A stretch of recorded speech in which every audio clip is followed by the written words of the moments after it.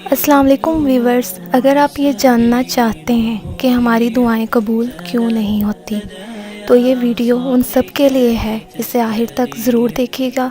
ہو سکتا ہے اس ویڈیو میں موجود باتیں سننے کے بعد آپ کا دل خود ان سوالات کے جواب دے دے، تو غور سے سنیے۔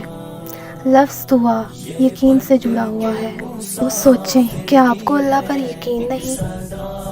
سوچیں جیسے ایک بچے کے پیدا ہوتے ہی اس کے کانوں میں اذان دی جاتی ہے، اس یقین کے ساتھ کہ وہ ایک مسلمان گھرانے میں پیدا ہوا ہے اور وہ ایک مسلمان ہے اور مرتے دم تک مسلمان ہی کہلائے گا۔ اسی طرح جیسے ایک غیر مسلم کو مسلمان ہونے کے لیے کلمہ پڑھایا جاتا ہے، اس یقین کے ساتھ کہ وہ یہ کلمہ پڑھنے کے بعد مسلمان کہلائے گا۔ تو بتائیں آپ لوگ اتنے ہی یقین کے ساتھ اپنی دعاؤں پر یقین کیوں نہیں رکھتے؟ اللہ پر یقین کیوں نہیں رکھتے؟ اللہ تو جو چاہے وہ کر سکتا ہے نا۔ ایسے ہی کچھ لوگ یہ کہتے ہیں کہ میں تو گنہگار ہوں، میری دعا مانگنے کا کیا فائدہ، اور اسی سوچ کے ساتھ وہ دعا مانگتے ہی نہیں ہیں کہ ہماری دعا قبول نہیں ہوگی۔ تو ایسے لوگ یہ سوچ کر دعا کیوں نہیں مانگتے کہ میں گنہگار ہوں، میں نے تو کبھی دعا مانگی ہی نہیں۔ ہو سکتا ہے کہ میں آج پہلی بار ہاتھ اٹھا کے اللہ سے دعا مانگوں تو اللہ کو کتنا اچھا لگے گا نا کہ آج میرا یہ گنہگار بندہ مجھ سے دعا مانگ رہا ہے۔ تو آپ لوگ دعا ہر حال میں مانگتے رہا کریں، چاہے آپ گنہگار ہی کیوں نہ ہو۔ اب ایسے ہی کچھ لوگ جو بہت دعائیں مانگتے ہیں لیکن ان کی کچھ دعائیں فوراً قبول ہو جاتی ہیں اور کچھ دعائیں اللہ کے کن کے انتظار میں ہوتی ہیں۔ اور ایسے لوگ یہ کہتے ہیں کہ میں نے فلاں بات کے لیے بہت دعائیں کی لیکن پتہ نہیں کیا وجہ ہے کہ وہ قبول نہیں ہو رہی۔ تو ایسے لوگ یہ کیوں نہیں سوچتے کہ ہر کام میں اللہ تعالیٰ کی حکمت ہوتی ہے؟ جو دعا قبول نہیں ہو رہی، ہو سکتا ہے وہ کام آپ کے حق میں بہتر ہی نہ ہو، کیونکہ اللہ تو سب جانتا ہے نا، وہ تو اپنے بندوں سے بہت پیار کرتا ہے۔ تو ایسے لوگ یہ دعا کیوں نہیں مانگتے کہ اللہ جی میری یہ خواہش ہے، تو ہر چیز پر قادر ہے نا، تو میری یہ خواہش اگر میرے حق میں بہتر نہیں ہے تو اس سے میرے حق میں بہتر کر کے قبول کر دے۔ جب آپ لوگ پورے یقین کے ساتھ یہ دعا مانگیں گے نا تو سوال ہی پیدا نہیں ہوتا کہ وہ دعا قبول نہ ہو۔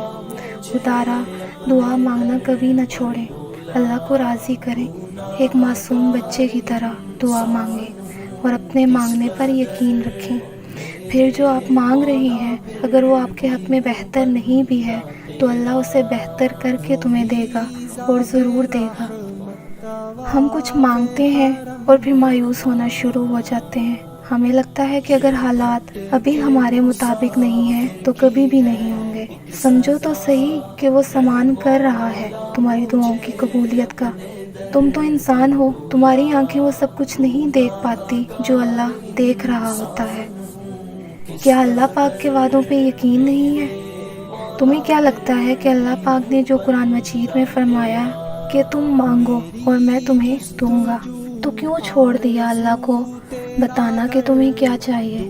بہت پیار آتا ہے اللہ پاک کو جب آپ کسی بچے کی طرح جا کر اللہ پاک کو بتاتے ہیں کہ مجھے فلانی چیز چاہیے۔ حالات جتنے بھی خلاف ہوں، آپ کو اپنی دعائیں جتنی بھی بے فائدہ لگ رہی ہوں، یاد رکھنا کہ اس دنیا کا ذرہ ذرہ بھی آپ سے محبت کرے نا تو اللہ کی محبت کا 1% کا بھی مقابلہ نہیں کر سکتا۔ تو کیوں مایوس ہو؟ دعا کی توفیق اگر ملی ہے تو مانگتے جاؤ، اس یقین کے ساتھ کہ اللہ پاک نے ایک دن کن کہہ ہی دینا ہے۔ بس 3 کام کرنے ہیں آپ سب نے۔ پہلا کام دعا ہر حال میں کرتے رہنا ہے۔ دوسرا کام تب تک مانگتے رہو جب تک اللہ دے نہیں دیتا۔ تیسرا کام یقین رکھنا ہے کہ اللہ ہمیں ضرور دے گا۔ اگر آپ یہ 3 کام کرتے ہیں تو سوال ہی پیدا نہیں ہوتا کہ آپ کی دعا قبول نہ ہو۔ جہاں اپنی دعا کی قبولیت کے لیے آپ اتنی منتیں مانگتے ہیں، وہاں یہ 3 کام کر کے بھی ضرور دیکھ لیں۔ اللہ بہت غفور و رحیم ہے۔ آخر میں آپ سب کے لیے بہت ساری دعائیں۔ اللہ آپ کی ہر دلی مراد قبول کرے۔ دعائیں مانگتے رہیں اور ہمیشہ خوش رہیں۔ اگر میری ویڈیو اچھی لگی ہو تو میرے چینل کو سبسکرائب ضرور کیجیے گا اور کومنٹ سیکشن میں اپنی رائے ضرور دیجیے گا. بہت شکریہ. جزاک اللہ. آرزو تیرا گھر دعا ہے لبوں پر یہ شام و سحر.